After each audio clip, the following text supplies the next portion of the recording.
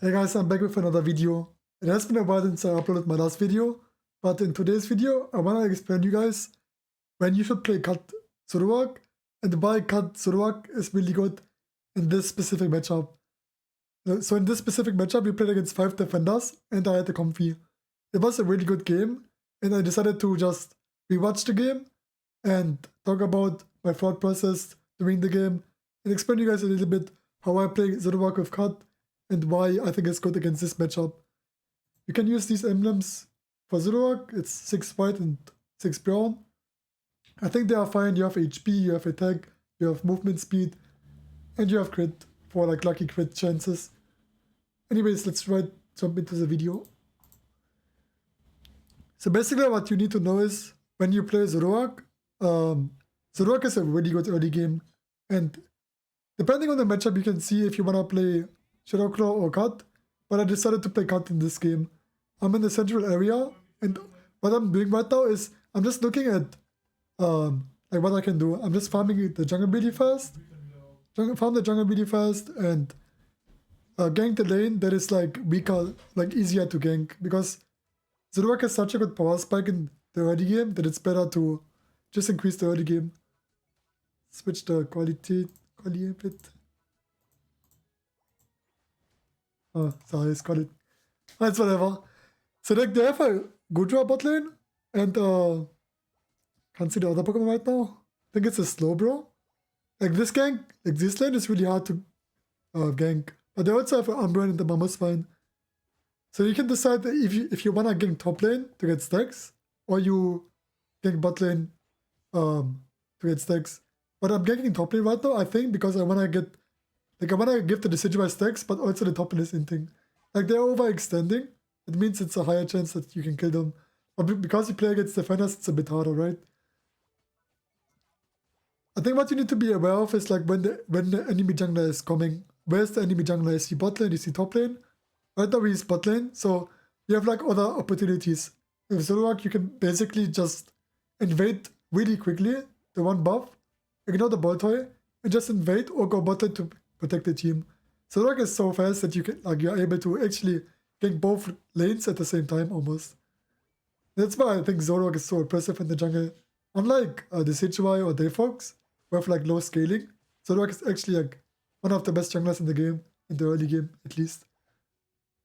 But yeah, try to use your early game as much as possible, so you can get your level 9 power spike. Obviously you want to get level 9 before the objective at 7 minutes. And just think about like what you can do. Right now I'm just gonna try to kill the Ghatlue and try to stack afterwards. But I think I'm not going for stacking for some reason. Like here, you should go for the stacking instantly, because like you want to get your 6 attack rate stacks instantly. So Zoroark has like a nice scaling with attack rate stacks, and Cut does more healing when you have more damage. So more attack rate stacks means more healing from Cut. Especially specifically against this matchup. It's really hard to one-shot someone, and you play Shadow Claw when you play against squishy Pokemons like the Decidueye, Cinderace, like any Pokemon that are vulnerable for CC. Defenders are not really that strong to CC, right? Like they will just survive your Shadow Claw combo. So you might as well just play Cut. I also play Focus Band, I didn't mention that. I play Focus Band, Attack Bit, and Weakness Policy. And Focus Band gives you just more sustainability, even more sustainability. And Cut gives you always healing, plus you have a Comfey on you. So right now, like, I think in this game, you have like a really high damage number because you just keep fighting. Like you're ganking bot lane because you want to get the bot lane objective. If the enemies break the top lane objective, you get more XP from the Ominos. So depending on what the enemies do, it's like better for you. Right now I'm just gonna get the objective and then I'm gonna see what they do. Usually you wanna last hit the objective when you play feint attack, but you can also last hit it with ultimate. I think here the best scenario would be using ultimate early and then executing the objective with feint attack. Because your ultimate is taking damage and your feint attack is a sure secure, which is actually pretty good. I always try to invade if you have a Comfey on you, or if you're able to invade, to abuse the early game. They had the Blastoise, I think in the central area. I'm not sure who anymore it was, but like just keep invading, wasting the time, and knowing your limits, right? Like this fight, for example, is like unnecessary because you can fight for the top lane objective. But if you know that you can survive it, you just try to sustain because you kind of bait your teammates there. So look, you always need to think about if you start a fight, your teammates are just gonna engage. So either you are like confident in fighting them, or you don't fight them at all, right? Because like here, I almost died, and I was level 11. Again, this is way too risky, and there's like no goal in fighting this. It's just me getting damage of us at this point. Like it's just ego. My Comfey also dies, and nothing happened for like 1 minute, even though we got the objective. Why? Because I started the fight in their goal zone. So always make sure if you start a fight that you can execute the fight properly. If not, then just don't fight just don't take the fight in the first place. But obviously I just wanted to test my limits. It's cut, focus band against 5 defenders. And it was a pretty good game. It just like I wanna share this knowledge because a lot of solo queue players are actually doing it, and I don't think it's good. So right now, I keep looking for fights for no reason. And it's like, it's up to you, like how you want to play solo queue, right? Do you want to play for fun? Do you want to play for winning? Obviously, like here, they are wasting a lot of time as well. We have more points than them. So we are winning already. So what they need to do is stop, like, honestly, what they need to do is keep fighting more. Because the more they fight, the more value they get. But they also need to farm their jungle, their top lane farm, their bot lane farm. It's just like really hard to think about sometimes when you play solo queue. I think a lot of solo queue players are just forgetting that farm exists at that point.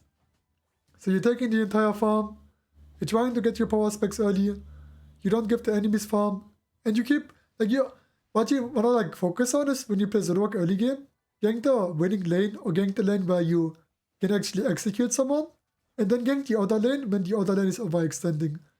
But you also have the option to invade, which is, in my opinion, better if you don't think you can kill the enemies in time.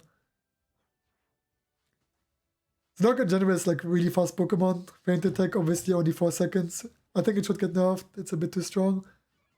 But keep trying to press your feint attack.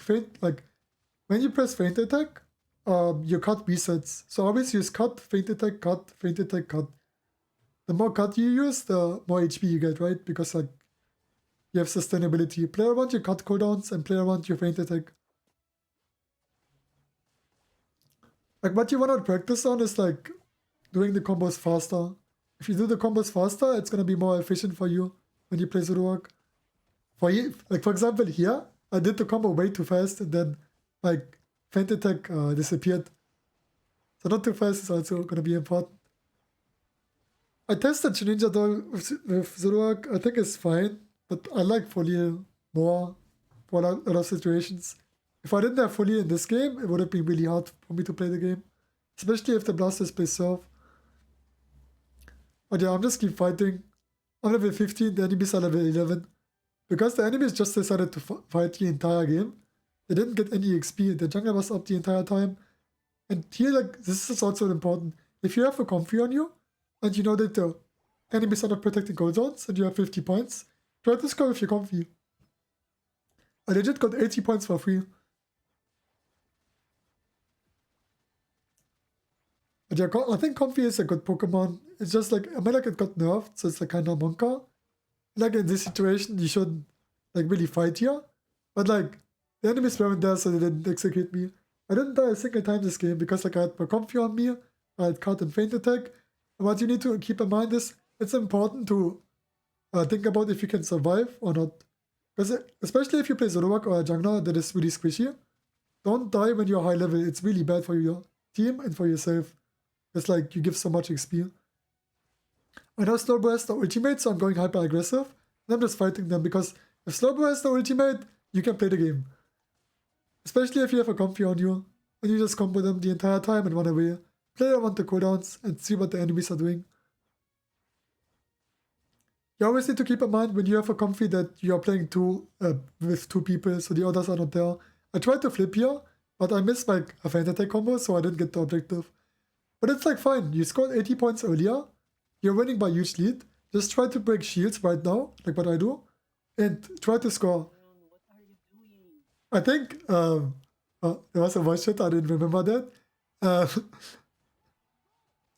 Like, just try to get your shields. Try to make the shields. Don't give up. Like, it's only Rayquaza. If you are ahead by like 200 points, it's fine. As long as you know that you can break shields and you can score afterwards, it's good. Because like, I scored 60 right now. We were struggling. So we are winning right now because the Umbreon also scored. And these enemies just keep fighting, like for no reason. So always try to break every shield before you go score. And after losing the bay, don't lose hope and just try to break the shields. Like this decision, I was probably super tilted after losing the bay. But it's like fine. Because now you can score more points because you have Comfey on you and you score faster. But like in general, like you need to think about like at least 3 people need to protect the goal zones, and 2 people need to score immediately when the bay gets out secured. Because if you don't score immediately, there's a lower chance that you can score higher points. If you have low points, it's really easy to score, right? But yeah, like specifically against this matchup, card is good because they have a lot of defenders. Card is giving you sustainability with the focus point as well. Weakness policy is really good with stacking a damage and attack rate as well. So I hope you enjoyed this kinda talking thought process. And as you can see, like 230k damage. I just did a lot of damage. So I hope you enjoyed this kind of video. Let me know if you want to see more of these videos. I'm gonna upload a Clefable, how to play Clefable with Moonlight video as well, where I played against Potato Uvo from Team Peps. But I'm also gonna upload an Aggression video where I think I'm gonna do another video where I explain my thought process with Aggression. So thanks for watching, and I'm gonna see you guys in the next video.